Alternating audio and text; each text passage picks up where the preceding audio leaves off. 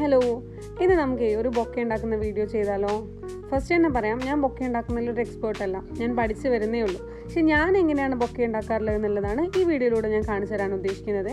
ഇതിൽ ഒരുപാട് മിസ്റ്റേക്സ് ഉണ്ടാവാം, പക്ഷേ ഈ ഒരു മെത്തേഡും നിങ്ങൾക്ക് ട്രൈ ചെയ്യാം എന്നുള്ളത് മാത്രമേ ഉള്ളൂ. ഇമ്പ്രൂവ്ഡ് ആയിട്ട് നിങ്ങൾക്ക് ചെയ്യാം കേട്ടോ.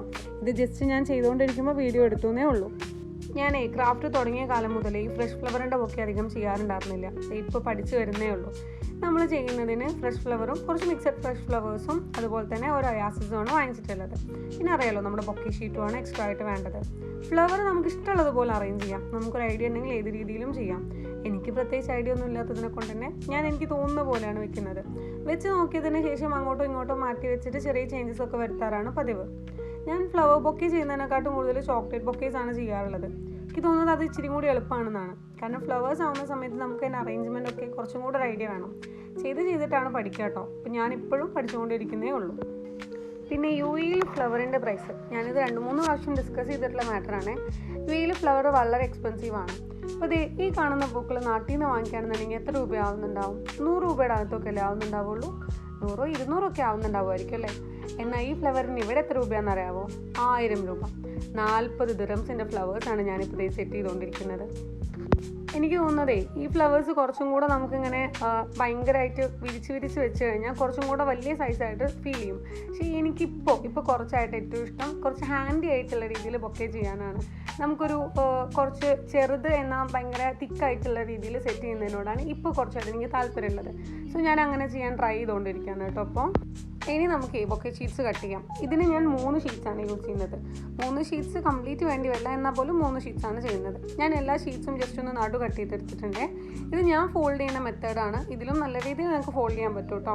സാധാരണഗതിയിൽ ഞാൻ ചെയ്യുമ്പോൾ ഇച്ചിരി കൂടെ നന്നാവാറുണ്ട്. പക്ഷേ ഇന്ന് അത്ര തന്നെ പെർഫെക്റ്റ് ആയിട്ടില്ല. എന്നാലും ഇങ്ങനെ നമുക്ക് ഫോൾഡ് ചെയ്യാം എന്ന് കാണിക്കാൻ വേണ്ടി മാത്രം ഞാൻ ഈ വീഡിയോ ഇടുകയാണേ. ഞാൻ ഈയിടെയായിട്ട് മനസ്സിലാക്കിയിട്ടുള്ളൊരു കാര്യമാണ്, കുറേ ഷീറ്റ്സ് വെക്കുന്നതിൽ കാര്യമില്ല. വെക്കുന്ന ഷീറ്റ്സ് കുറച്ച് തിക്കായിട്ട് കുറച്ച് ഭംഗിയായിട്ട് നിൽക്കുന്ന രീതിയിൽ സെറ്റ് ചെയ്യുന്നതായിരിക്കും നല്ലത്. ഞാനിങ്ങനെ ഓരോ ടൈപ്പ് ഓഫ് ഷീറ്റ്സ് എല്ലാം ട്രൈ ചെയ്തുകൊണ്ടിരിക്കുന്നേ ഉള്ളൂ.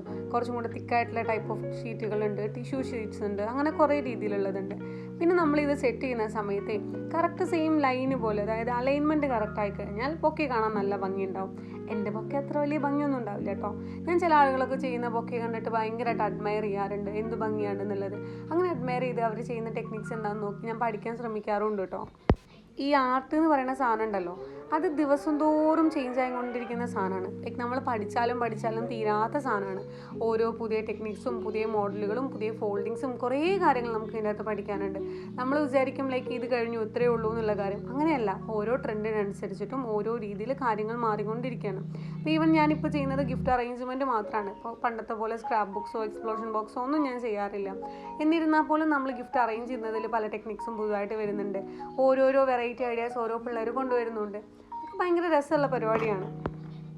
പിന്നെ ആർട്ടിൻ്റെ ഏറ്റവും വലിയ സ്പെഷ്യാലിറ്റി എന്താണെന്ന് വെച്ച് കഴിഞ്ഞാൽ, ആർട്ടിസ്റ്റ് എന്താണോ ചെയ്യുന്നത് അതാണ് ആർട്ട് എന്നുള്ളതാണല്ലോ. സോ നമുക്ക് കംപ്ലീറ്റ് ഫ്രീഡം ഉണ്ടാവും. നമുക്ക് ട്രയൽ ആൻഡ് എറേഴ്സിനുള്ള ഓപ്ഷൻ ഉണ്ടാവും.